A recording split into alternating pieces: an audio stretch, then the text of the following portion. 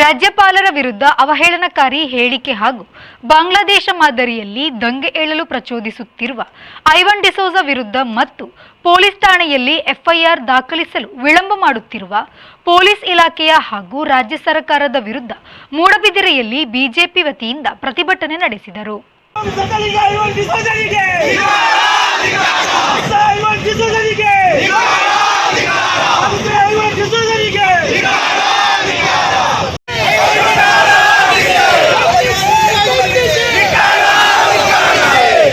ಪ್ರತಿಭಟನೆಯನ್ನು ಉದ್ದೇಶಿಸಿ ಮಾತನಾಡಿದ ಶಾಸಕ ಉಮಾನಾಥ್ ಕೋಟ್ಯಾನವರು, ಮುಖ್ಯಮಂತ್ರಿ ಸಿದ್ದರಾಮಯ್ಯ ಅವರನ್ನು ಖುಷಿಪಡಿಸುವ ಉದ್ದೇಶದಿಂದ ನಮ್ಮ ರಾಜ್ಯಪಾಲರನ್ನು ಬಾಂಗ್ಲಾದ ಪ್ರಧಾನಿಯನ್ನು ಓಡಿಸಿದಂತೆ ಓಡಿಸಬೇಕೆಂದು ಬೇಜವಾಬ್ದಾರಿ ಹೇಳಿಕೆ ನೀಡಿರುವ ಎಂಎಲ್ಸಿ ಐವನ್ ಡಿಸೋಜಾ ಅವರನ್ನು ಬಂಧಿಸಬೇಕೆಂದು ಆಗ್ರಹಿಸಿದರು.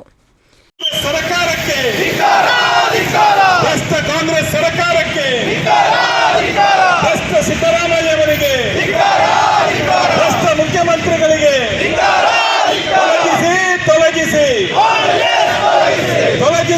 ತೊಲಗಿಸಿ ಧಿಕ್ಕಾರ ಧಿಕ್ಕಾರ ಧಿಕ್ಕಾರ.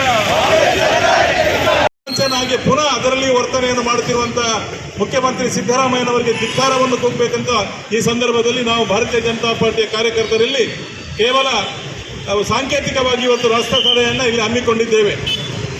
ಇವತ್ತು ಯಾವುದೇ ಸಾರ್ವಜನಿಕರಿಗೆ ತೊಂದರೆ ಆಗದ ರೀತಿಯಲ್ಲಿ ನಾವು ರಸ್ತೆ ತಡೆಯನ್ನು ಮಾಡ್ತೇವೆ.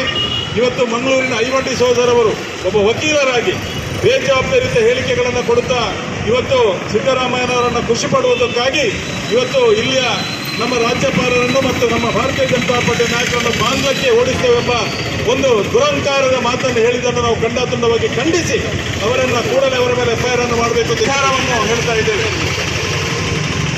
ದೇಶದ್ರೋಹಿ ಹೇಳಿಕೆಯನ್ನು ಕೊಟ್ಟಂತ ಐವನ್ ಡಿಸೋಜಾ ದೇಶದ್ರೋಹಿ ಹೇಳಿಕೆಯನ್ನು ಕೊಟ್ಟಂತ ಸಿದ್ದರಾಮಯ್ಯನವರ ಸರ್ಕಾರ ಮತ್ತು ಮಾನ್ಯ ಸಿದ್ದರಾಮಯ್ಯನವರ ಮಾನ್ಯ ಮುಖ್ಯಮಂತ್ರಿಗಳು ಮೈಸೂರು ಮೂಡದಲ್ಲಿ ತನ್ನ ಶ್ರೀಮತಿಯ ಹೆಸರಿನಲ್ಲಿ 14 ಸೈಟ್ಗಳನ್ನು ಅಕ್ರಮವಾಗಿ ಪಡೆದುಕೊಂಡು ಇವತ್ತು ವಾಲ್ಮೀಕಿ ಹಗರಣದ 197 ಕೋಟಿ ರೂಪಾಯಿ ಹಣವನ್ನು ಗುಳುಂ ಮಾಡಿ ಇವತ್ತು ಇಷ್ಟರ ವಿರುದ್ಧ ಪ್ರಾಸಿಕ್ಯೂಷನ್ಗೆ ಆದೇಶವನ್ನು ಕೊಟ್ಟಂಥ ರಾಜ್ಯಪಾಲರ ವಿರುದ್ಧ ಇವತ್ತು ಏನು ನಮ್ಮ ಎಂಎಲ್ಸಿ ಆದಂಥ ಐವನ್ ಡಿಸೋಜಾ ಅವರು ರಾಜ್ಯಪಾಲರಿಗೆ ಧಮಕಿಯನ್ನು ಹಾಕುವ ಮುಖಾಂತರ ಬಹುಶಃ ಬಾಂಗ್ಲಾದಲ್ಲಿ ಏನಾಗಿದೆ ಅಲ್ಲಿ ಅಧ್ಯಕ್ಷರು ಗಂಟು ಮೂಟೆ ಕಟ್ಟಿಕೊಂಡು ಭಾರತಕ್ಕೆ ಬಂದಿದ್ದಾರೆ. ಅದೇ ರೀತಿಯಲ್ಲಿ ಇಲ್ಲಿಯ ನಮ್ಮ ಭಾರತೀಯ ಜನತಾ ಪಾರ್ಟಿಯ ಎಲ್ಲ ನಾಯಕರನ್ನ ಗಂಟು ಮೂಟೆ ಕಟ್ಟಿಸಿ ರಾಜ್ಯಪಾಲರ ಜೊತೆಗೆ ಓಡಿಸುವಂತಹ ಒಂದು ಮಾತನ್ನು ಹೇಳಿದಂಥ ಐವನ್ ಡಿಸೋಜಾರ ಮಾತನ್ನು ಇವತ್ತು ನಾವು ಖಂಡಾತುಂಡವಾಗಿ ಖಂಡಿಸ್ತೇವೆ ಮತ್ತು ಅವರ ಮೇಲೆ ಕೂಡಲೇ ಎಫ್ಐಆರ್ ಅನ್ನು ಮಾಡಬೇಕು ಅಂತ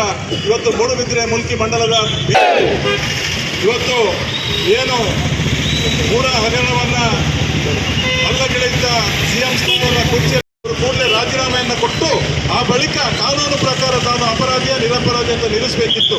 ಆದರೆ ಯಾವುದನ್ನು ಲೆಕ್ಕಿಸದೆ ಒಬ್ಬ ಇಷ್ಟು ದೊಡ್ಡ ಅಪರಾಧ ಅಥವಾ ಇಷ್ಟು ದೊಡ್ಡ ಅವರ ವಿರುದ್ಧ ದೂರು ಬಂದಾಗ ಅದನ್ನು ಲೆಕ್ಕಿಸದೆ ಇವತ್ತು ಮುಖ್ಯಮಂತ್ರಿ ಸ್ಥಾನದಲ್ಲಿ ಕೂತು ಅವರು ಆಡಳಿತ ಮಾಡುವಂತಹದ್ದು ಅಕ್ಷರಶಃ ಅಪರಾಧ ಮತ್ತು ಅಪವಾದ ಅಂತ ಈ ಸಂದರ್ಭದಲ್ಲಿ ಹೇಳ್ತಾ ಇದ್ದೇವೆ.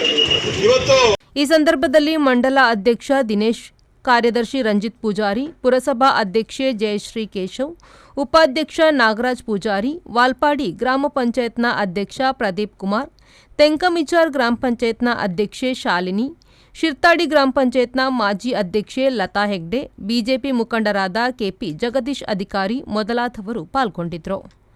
ಪ್ರೇಮಶ್ರೀ, ವಿ4 ನ್ಯೂಸ್, ಮೂಡುಬಿದಿರೆ.